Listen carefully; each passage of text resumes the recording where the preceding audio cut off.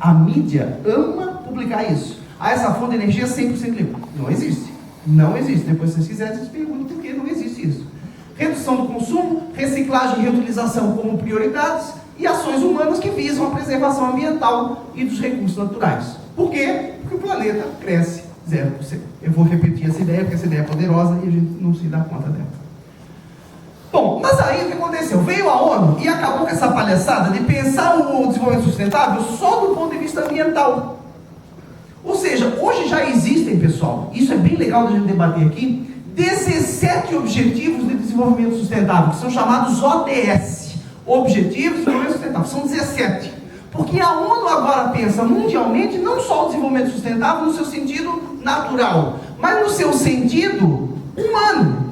Ou seja, será que as nossas relações sociais são sustentáveis? São positivas? Será que a gente vive numa sociedade que incentiva a interação positiva? Será que a gente vive numa sociedade que nos joga para o fundo da depressão? Será que a gente tem plena alimentação? Será que a gente tem pleno emprego? Será que as pessoas são felizes, afinal de contas?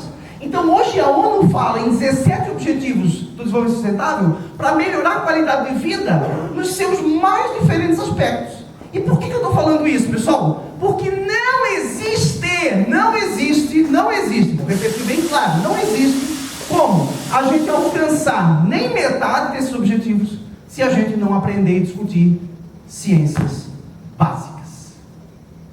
Não tem como.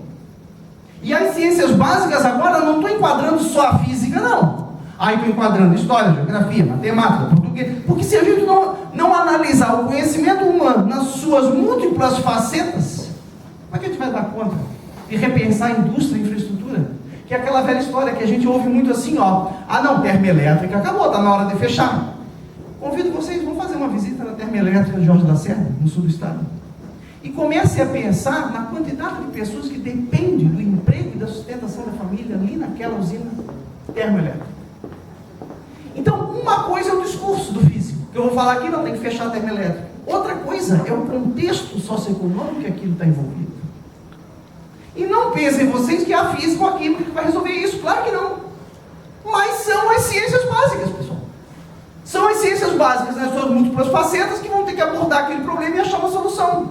E tem sido feito assim, já teve algumas usinas que foram fechadas no Rio Grande do Sul, termoelétricas, mas elas não são fechadas a troco de nada. Existe um planejamento para isso, existe um descomissionamento para isso. E para fazer isso, dá-lhe ciências básicas, nas suas múltiplas facetas.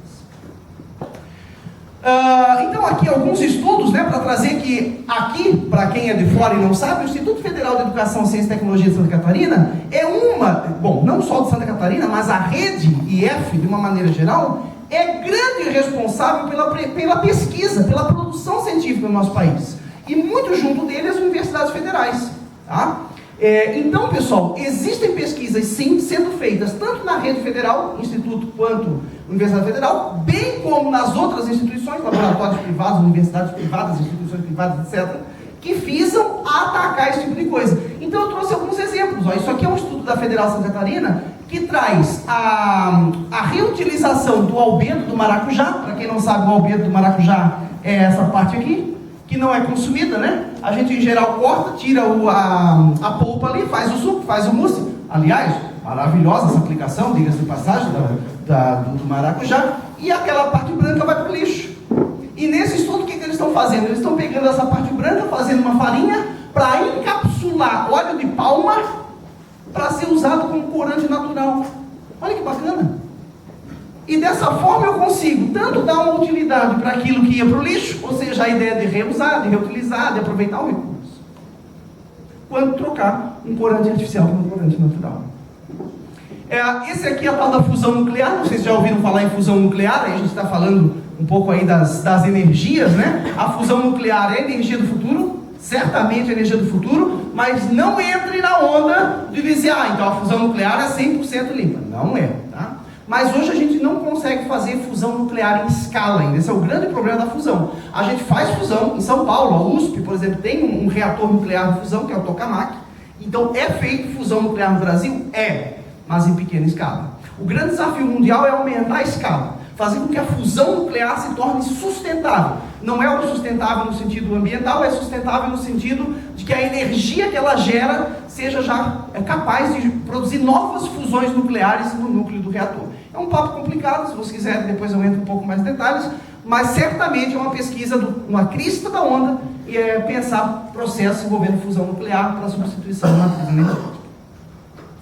Aqui é o tal da inércia climática, sobre o clima também, mais um estudo que saiu recentemente na Nature, esse aqui se eu não me engano, que mostra que se a gente parasse as emissões hoje, amanhã acabou a emissão de CO2. Ainda assim, a temperatura do planeta continuaria subindo mais um pouco, mais uns 10, 15 anos, e depois ela entraria em declínio para estabilizar.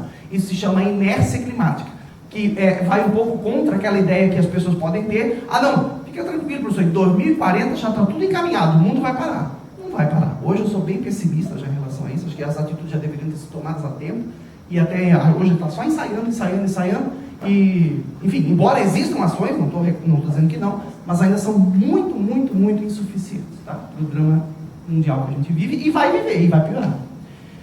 E por último, a última parte da minha fala é as ciências básicas para além do desenvolvimento sustentável. Ou seja, refletir um pouco sobre a importância da pesquisa em ciência básica. E aqui eu vou fazer até uma espécie de autocrítica, porque hoje no Instituto Federal de Santa Catarina, pelo menos as diretrizes de pesquisa, vem claramente escrito lá que a gente tem que priorizar a pesquisa aplicada, né? E eu vou defender justamente o contrário. Nada contra a pesquisa aplicada, mas é inegável, você não pode fechar o olho para a importância da pesquisa básica, porque você não sabe no que aquilo vai se desdobrar.